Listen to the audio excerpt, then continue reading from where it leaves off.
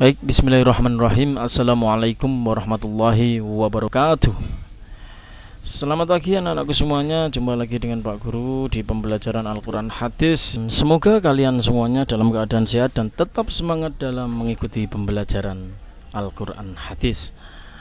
Baik anak-anak, untuk materi kali ini, untuk pertemuan kali ini kita akan mencoba mempelajari dua surah sekaligus ya, karena itu surah Al-Quraisy dan yang kedua surah Al-Maun. Langsung saja anak-anak kita masuk ke materi surah Al-Quraisy ya. Kita teruskan pembelajaran kemarin kita sudah menghafal ya. Kalian sudah setor semuanya, alhamdulillah. Sudah menyetorkan hafalan kepada Pak Guru, baik dan benar, meskipun ada beberapa kesalahan, ada beberapa revisi yang sudah Pak Guru benarkan. Oke anak-anak, kita langsung masuk saja ke materi surah Al-Quraisy. Kita geser saja sampai 30. Sudah. Ya. Belajar surah Al-Quraisy. Kita langsung baca dulu surah Al-Quraisy, meskipun kemarin kalian sudah menghafal. Untuk mengawali pembelajaran kali ini, A'udzubillahi minasyaitonirrajim. Bismillahirrahmanirrahim. Li'ilafi Quraisy ilafihim rihlatash shita'i wash-shayf falya'budu rabb hadzal bait alladzi at'amahum min ju'in wa amanahum min khauf. Oke. Selanjutnya kita akan menerjemah surah Al-Quraisy atau surah Quraisy ini, Pak.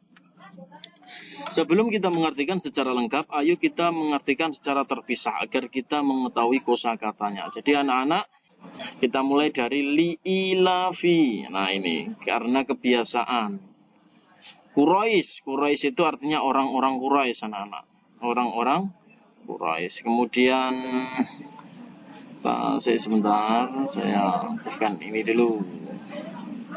Kita buat yang tangan saja, hands. Iya. Agak tangan. Kita buat ini dulu anak-anak. Ya. Kemudian ilafihim, kebiasaan mereka. Orang-orang Quraisy, kebiasaan orang Quraisy itu adalah suku. Ini menceritakan sukunya Nabi Muhammad, anak-anak. Sukunya Nabi kita Nabi Muhammad adalah suku Quraisy ya. Ilafihim sama artinya ya, kebiasaan. Ilafi itu kebiasaan. Ilafi ini. Kemudian rihlah ini artinya adalah bepergian anak-anak. Dihafalkan, rihlah, piknik. Yang bahasa saat ini itu piknik ya, bepergian. Kemudian asyita itu adalah pada musim dingin. Dihafalkan, wasoif, syita dingin, kalau soif itu musim panas. Berarti li'ila fi Quraisy ya, kebiasaan, karena kebiasaan orang-orang Quraisy ila fihim rihlatash syita'i wash-shaif, yaitu kebiasaan mereka yang bepergian di musim dingin, syita itu dingin, dan musim panas shaif. Kemudian falyabudu, maka hendaklah mereka menyembah Rabba itu pangeran, Tuhan, hadzal bait, rumah ini, dalam arti ini Ka'bah ya, Baitullah ini. Berarti maka hendaklah falyabudu rabb hadzal bait, maka hendaklah mereka menyembah Tuhan pemilik rumah ini, pemilik Ka'bah. Alladzi ini adalah yang, atau dalam bahasa kita zat. At'amahum, zat yang telah memberi makan kepada mereka semua, orang-orang Quraisy ini semua, dan termasuk kita ya. Adalah Allah, adalah zat yang memberi makan kepada mereka min ju' ingat-ingat anak-anak, ju' itu lapar ya, berarti min ju' dari rasa lapar. Telah memberikan makan mereka untuk menghilangkan min ju' dari rasa lapar. Wa amanahum, dan telah mengamankan mereka. Allah telah mengamankan mereka itu orang-orang Quraisy, min khauf, dari rasa ketakutan. Seperti itu anak-anak. Jadi kalau kita sambung ayat yang pertama li'ila fi Quraisy, karena kebiasaan orang-orang Quraisy, ila fihim rihlata syita'i wasoif, kebiasaan mereka itu adalah rihlah, bepergian, asyita pada musim dingin, wasoif dan pada musim panas. Falyabudu, maka hendaklah mereka menyembah siapa? Rabb hadzal bait, Tuhan pemilik Ka'bah. Alladzi at'amahum, Tuhan siapa? Tuhan Allah. Alladzi at'amahum, yang telah memberi makan kepada mereka, menghilangkan apa? Min ju', dari rasa lapar. Wa amanahum, dan mengamankan mereka min khauf, dari rasa ketakutan. Seperti itu anak-anak. Mudah sekali dihafalkan ya. Oke, kita langsung masuk ke terjemah sudah, kita masuk ke sini. Apa ini? Ini suruh menulis. Nah, memahami isi kandungan surah Quraisy ya, surah Quraisy. Ini tidak pakai al ya anak-anak. Ya pakai al nggak apa-apa, tapi ini kalau di dalam buku ini tidak pakai al. Jadi surat Quraisy seperti itu. Kita masuk ke sini. Ayat yang pertama. Kandungan surah Al-Quraisy. Okay?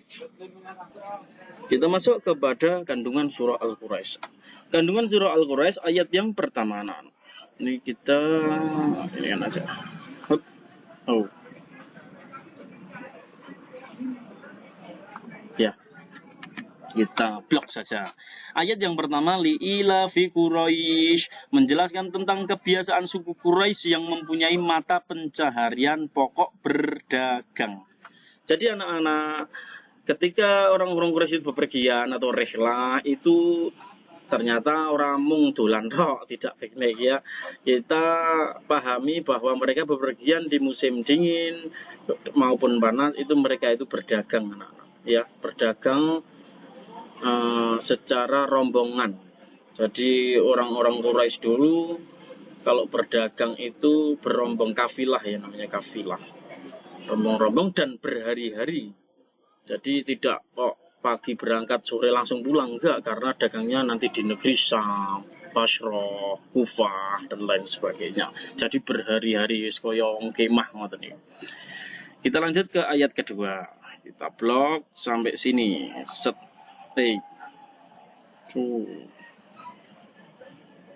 Oke. Ayat yang kedua li'ila fi Quraisy ila fihim rihlata syita'i wasoif. Ya, menjelaskan tentang perjalanan dagang orang-orang Quraisy pada musim dingin pergi ke negeri Yaman. Ini yang diingat-ingat anak-anak. Ini nanti keluar di ujian, ini saya blok ya. Jadi orang-orang Quraisy pada musim dingin kuwi lungone dagang neng Yaman ya. Kemudian pada musim panas, kalau soif, ini tadi syita. Kalau soif itu ke negeri Sam, kalau panas ya. Dalam setiap tahunnya. Mereka bepergian dengan tujuan untuk berniaga yang keuntungannya digunakan untuk keperluan hidup di Mekah dan untuk berkhidmat kepada Baitullah yang merupakan kebanggaan mereka. Seperti itu. Kita lanjut, cek 1, 2. Untuk ayat yang ketiga. Falyabudu rabb hadzal bait, yaitu falyabudu, maka mereka beribadah, falyabudu rabb hadzal, beribadah kepada Tuhan yang memiliki Ka'bah. Maksudnya adalah Allah mengingatkan kepada suku Quraisy, yaitu sukunya Nabi Muhammad khususnya, dan umat Islam pada umumnya, agar selalu bersyukur atas rezeki yang diberikan Allah Subhanahu wa taala. Ini adalah mereka diperintahkan untuk beribadah kepada Tuhan pemilik Ka'bah. Terhadap rezeki yang diterima, mereka harus mensyukurinya dengan cara memanfaatkannya sesuai dengan perintah Allah. Jadi kata kuncinya itu ada di sini anak-anak, beribadah kepada Allah ya. Jadi kita disuruh untuk selalu bersyukur dengan cara menjalankan perintah Allah, beribadah kepada Tuhan yang Maha Esa. Kemudian yang terakhir, alladzi at'amahum min ju'in wa amanahum min khauf. Ini ayat yang keempat. Kemarin hafalan banyak sekali anak-anak yang ketika melafadzkan min ju'in wa amanahum ini kurang pas ya. Jadi kalau melafadzkan alladzi at'amahum min, ada ikhfa-nya ini, berengang ya. min ju'iu. Ini juga panjang karena kasroh tanwin bertemu dengan wawu itu namanya idgham bi gunnah, harus panjang dan mendengung seperti alladzi at'amahum min ju'in wa amanahum min khauf ya. Jadi tidak alladzi at'amahum min ju'in wa amanahum, tidak cepat seperti itu. Harus ada jedanya karena itu bacaan idgham bi gunnah. Ayat yang keempat, alladzi at'amahum tadi, Allah telah menunjukkan akan kenikmatan yang telah diberikan kepada mereka, yaitu berupa makanan dan rasa aman. Tuhan pemilik Ka'bah itu telah memberikan kepada mereka makan untuk menghilangkan lapar. Mereka juga diberi keistimewaan dengan rasa aman dan tentram. Seperti itu anak-anak. Jadi kata kuncinya adalah di sini, ini Allah telah memberikan kenikmatan kepada mereka yaitu berupa makanan dan rasa aman. Ini kata kuncinya.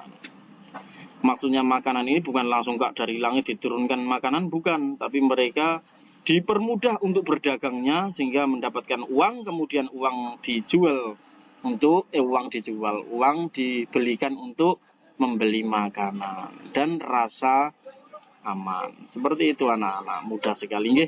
Itu yang surah Al-Quraisy. Baik anak-anak, demikian penjelasan dari Pak Guru tentang surah Quraisy nggih. Untuk rangkumannya seperti ini ya. Yang pertama, surah Quraisy terdiri dari 4 ayat dan merupakan urutan surah yang ke-106 dalam Al-Quran, diturunkan sesudah surah Al-Insyirah. Kemudian yang kedua, rangkuman dari penjelasan tadi adalah surah Quraisy termasuk surah Makkiyah, yaitu surah yang turun di kota Mekah sebelum Nabi Muhammad hijrah ke Madinah.